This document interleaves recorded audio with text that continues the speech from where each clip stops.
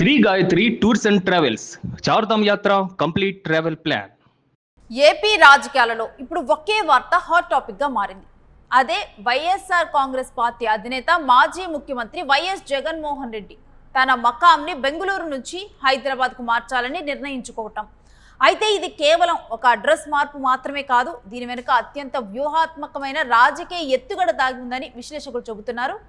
ఇటు బెంగళూరు టు తాడేపల్లి మధ్య సాగుతున్నటువంటి జగన్ ప్రయాణంపై కూటమి నేతలు చేస్తున్నటువంటి విమర్శలకు చెక్ పెట్టడమే కాకుండా పార్టీని మళ్లీ గాడిలో పెట్టేందుకు ఆయన ఓ అస్త్రాన్ని బయటకు తీయబోతున్నారు. అదే లోటస్ పాండ్. 2019లో అఖండ మెజారిటీతో అధికారంలోకి వచ్చింది ఈ పార్టీ. ఇక అమరావతిలోని తాడేపల్లిలో నివాసం ఏర్పాటు చేసుకొని జగన్మోహన్ రెడ్డి పాలన కొనసాగించారు. 2024 ఎన్నికల్లో ఘోర ఓటమి, ఆ తరువాత కారణాలు ఏమైనా సరే వారంలో 2 రోజులు మాత్రం ఆయన బెంగళూరులో ఉంటూ ఉన్నారు. ఇక ఇదే ప్రత్యర్థులకు ఆయుధంగా మారింది. జగన్ వారంలో 2-3 రోజులు బెంగళూరులోని తన నివాసానికి పరిమితం కావటం మీద కూడా ఇటు కూటమి ప్రభుత్వం తీవ్ర స్థాయిలో విమర్శలు గుప్పిస్తోంది.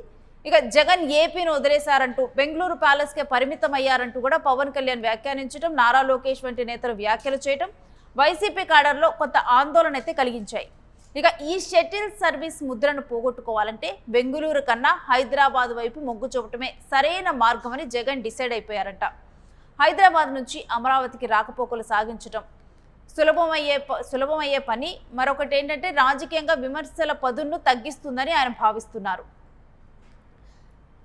ఇక మనం చూసుకుంటే జగన్ రాజకీయ ప్రస్థానంలో బంజారాహిల్స్లోని లోటస్ పాండ్ నివాసానికి ఒక ప్రత్యేకమైన చరిత్ర ఉందని చెప్పాలి. 2012లో పార్టీ స్థాపించిన నాటి నుంచి కష్టకాలంలో జైలుకు వెళ్లిన సమయం వరకు, ఆ తర్వాత పాదయాత్ర మొదలుపెట్టి 2019లో ప్రభంజనం సృష్టించేంత వరకు లోటస్ పాండే ఆయన రాజకీయ కమాండ్ సెంటర్. ఇప్పుడు మళ్ళీ అదే పాత అడ్రస్కు వెళ్లటం ద్వారా తన విజయవంతమైన రోజులను గుర్తు చేసుకోవటమే కాకుండా పార్టీ శ్రేణుల్లో ఒక రకమైన సెంటిమెంట్ బూస్ట్ను నింపాలని జగన్ చూస్తున్నారట.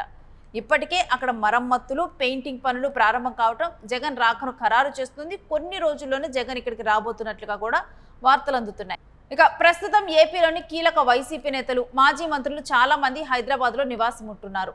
ఇక ఈ క్రమంలో బెంగళూరులో ఉండటం వల్ల వారితో సమన్వయం కష్టమవుతుందనే టాక్ ఉంది. ఇప్పుడు హైదరాబాద్కు షిఫ్ట్ అయితే నేతలతో నిరంతరం టచ్లో ఉండటం వీలవుతుంది. అలాగే ఉపాధి నిమిత్తం హైదరాబాద్లో ఉంటున్నటువంటి లక్షలాది మంది ఏపీ ప్రజలకు జగన్ అందుబాటులోకి రావటం వల్ల ఇక పార్టీకి మళ్ళీ పునర్వైభవం తీసుకొచ్చే అవకాశం ఉందని కూడా భావిస్తున్నారు. ఇది కేవలం నివాసం మార్పు కాదు, ఇటు రాబోయేటువంటి ఎన్నికలు 2029 ఎన్నికలనే లక్ష్యంగా తీసుకొని జగన్ ఈ నిర్ణయం తీసుకున్నారు, నివాసం మార్చుకున్నారంటూ కూడా చెబుతూ ఉన్నారు విశ్లేషకులు.